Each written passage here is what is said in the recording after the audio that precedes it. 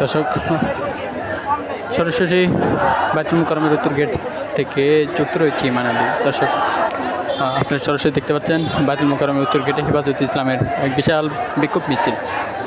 দর্শক আপনাদেরকে জানিয়ে রাখি যে বিগত কয়েকদিন আগে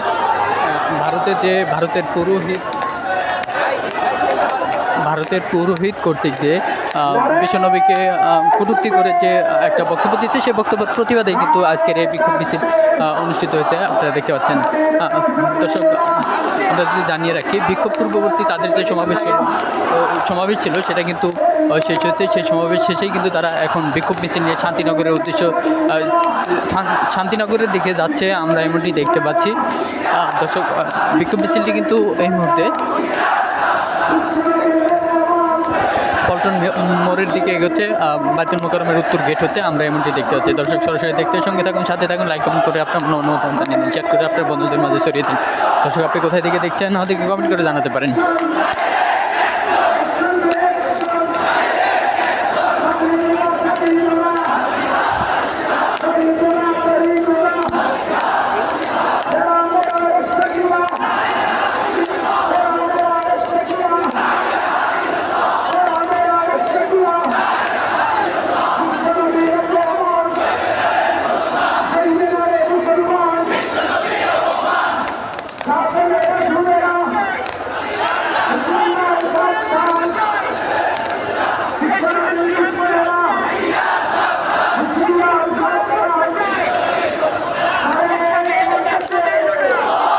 দর্শক দেখতে পাচ্ছেন সরাসরি এই মুহূর্তে কিন্তু বিক্ষোভ মিছিলটি পল্টন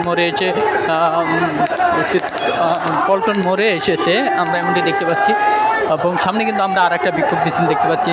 আমরা আশঙ্কা করছি যে দুইটা বিক্ষোভ মিছিল একজাস্ট হবে, এরকমটি আমরা আশঙ্কা করছি।